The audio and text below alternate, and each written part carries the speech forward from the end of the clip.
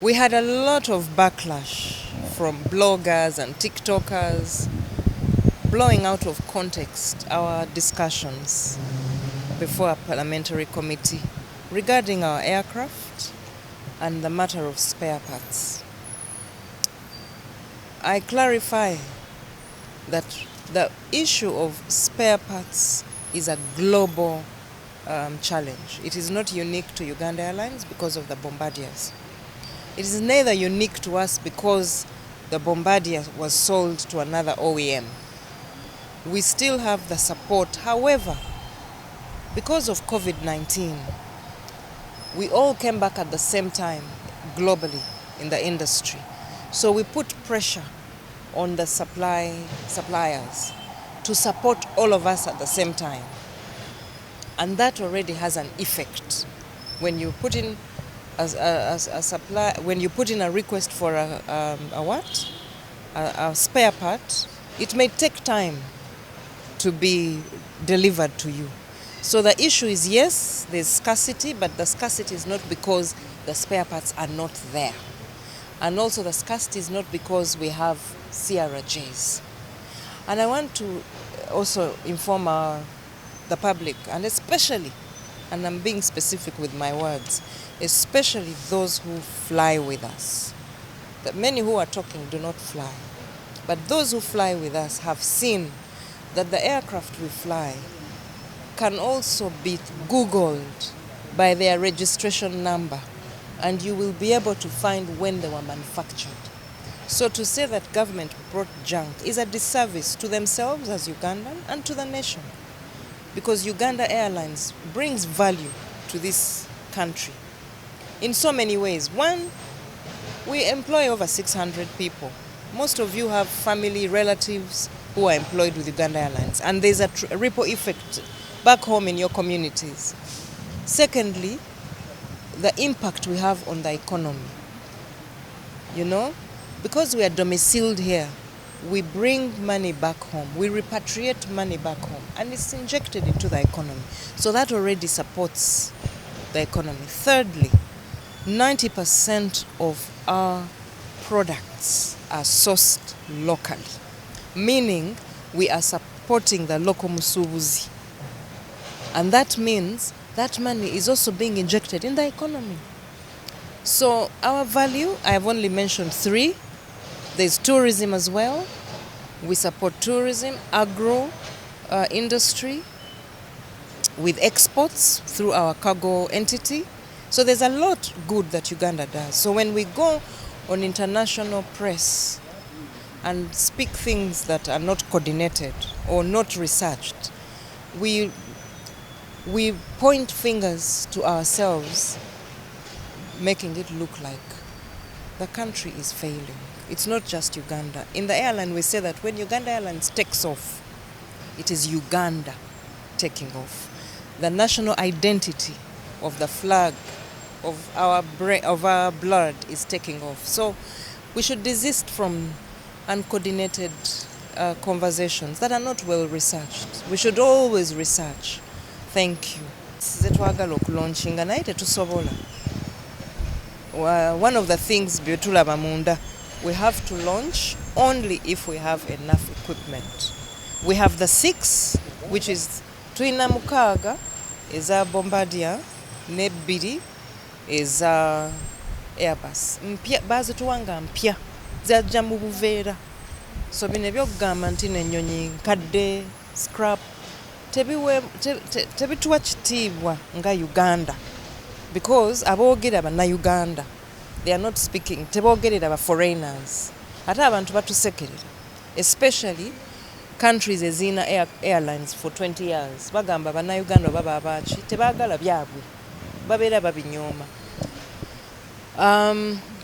Tulina okulaunchinga routes tulina routes ezina permits. Permits kitegeeza where zituwa olukusa okugenda mu ezo routes. Cape Town, Accra, Jeddah ne Riyadh ne Gwanju. Gwanju tetunafuna, batugamba one of the regulations tulina okuba ne ennyonyi ennene 3 naye ffe tulina 2 kati eyo tesobola kugendayo. Accra, Jeddah, Riyadh ne Cape Town tulina okufuna mid-range ezisobola okugenda awo wala. So that is why olaba government etaddemu amaanyi otufunira aircraft endala. Ata minister yayogedde dda ne board chair ne bababulira which aircraft naye byebyo.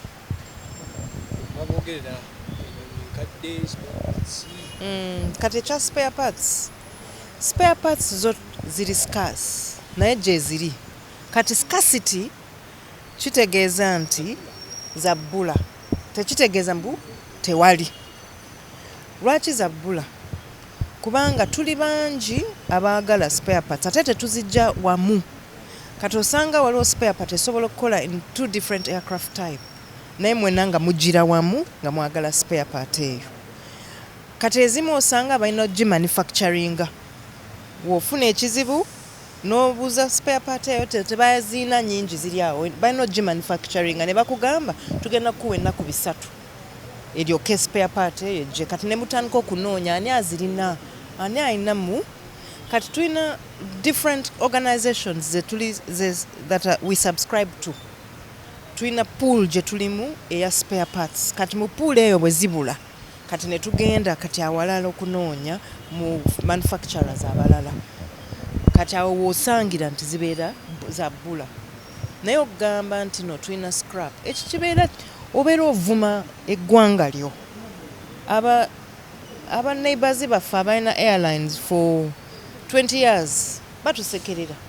Uganda baba abaaki bo bavumirira ebyabwe tebabirabirira bulungi. Ate ekyo kiswaza ffe, ate kituswaza kubanga ffe mu aircraft bweba eva mu Uganda ng'egenda oba Kenya oba London tugamba Uganda yiye egenda. Kati bwe batulaba ezituuka bagamba ekinyonyi ekizze laba bakivumirira waka.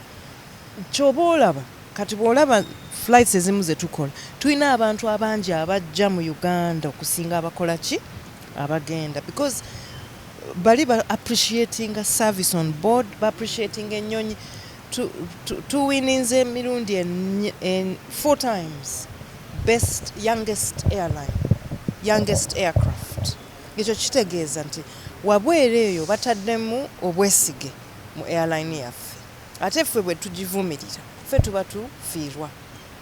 Ennyonyi ze tulina mpya twazifuna nga mpya. In fact we twogerera kati tulina aba engineer baffe Uganda bakyusa engine ey'ennyonyi Entebbe, bakyusa engine bateekako empya. Mujjukira olumu batukwata mu parliament mbutuguze engine eri awo, naye eyo engine kati abaana gye baliko bateeka ku nnyonyi.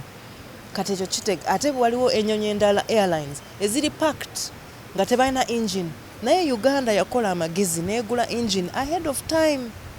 Kyoba olaba tugula ebintu ebyo bibeerewo, bwe tuba tetubireese bibeerewo ne tutandika obinoonya bibeera bya bbula. Kyekyo se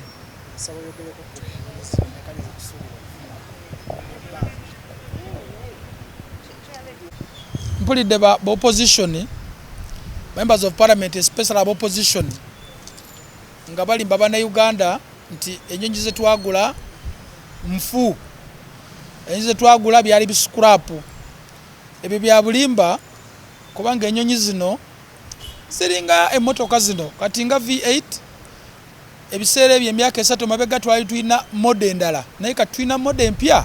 Tekitegeeza nti bwatuukawo mode empya obanga mode kati bakyagifulumya spare parts bateziriyo. Spare parts weziri eza CRJ Bombardier mu katale weziri lwakuba nti company yali ezifulumya tekyafulumya nnyo type bwetyo, naye bwe bazigulira eno body teyaliiwo nga baguleza ennyonyi, naye no siyo teyaliiwo obuseera ebyo, naye bazigulira zaali nga bazifulumya mu market manufacturer nga kyazifulumya, naye kati akyazifulumya spare parts weziri.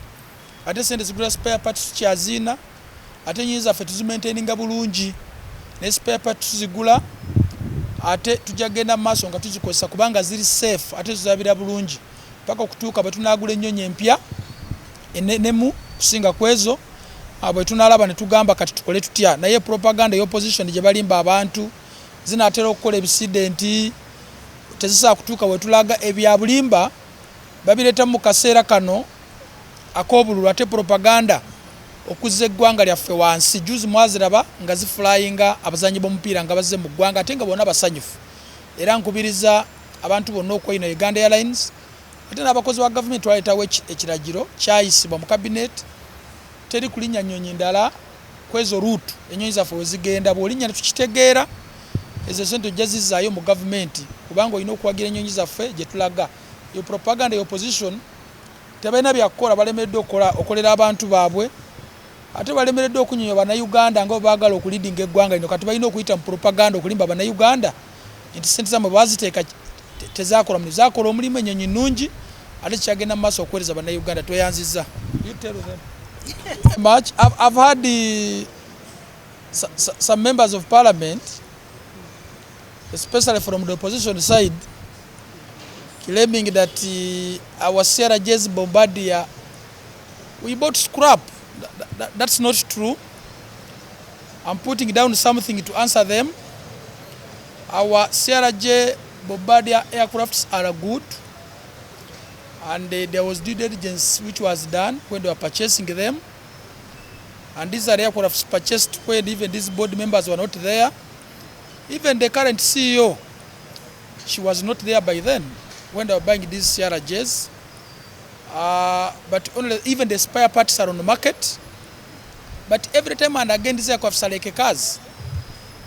We used to have the Toyota V8s in a different model. Now they have brought new ones. It doesn't mean the old ones we have on the market that now the spare parts are not there. When these people are buying, those aircrafts were being released from the manufacturing part of it in the companies, but now they ceased to produce them, but the spare parts are still there, and our aircrafts are well maintained. They are functioning very well. All of us, we fly them. You have seen the president flying with them, and we have not failed to maintain them or service them. So no one should mislead the public that we don't have spare parts, we're not servicing them, not maintaining them. They are allowed to be in the air, and we shall continue buying the spare parts and maintaining them because they are available in the market until we get the new aircrafts on board. That's when we shall start to do so that propaganda from the opposition that once you board them, you can't reach. They are vulnerable to accidents anytime it is coming. That is false propaganda. The board chair is there will tell you. We shall get the spare parts on the market, and the aircrafts are good, and we shall keep on flying them until we get the new fleet which we are soon to purchase. That's when we shall see what we can do. Thank you very much.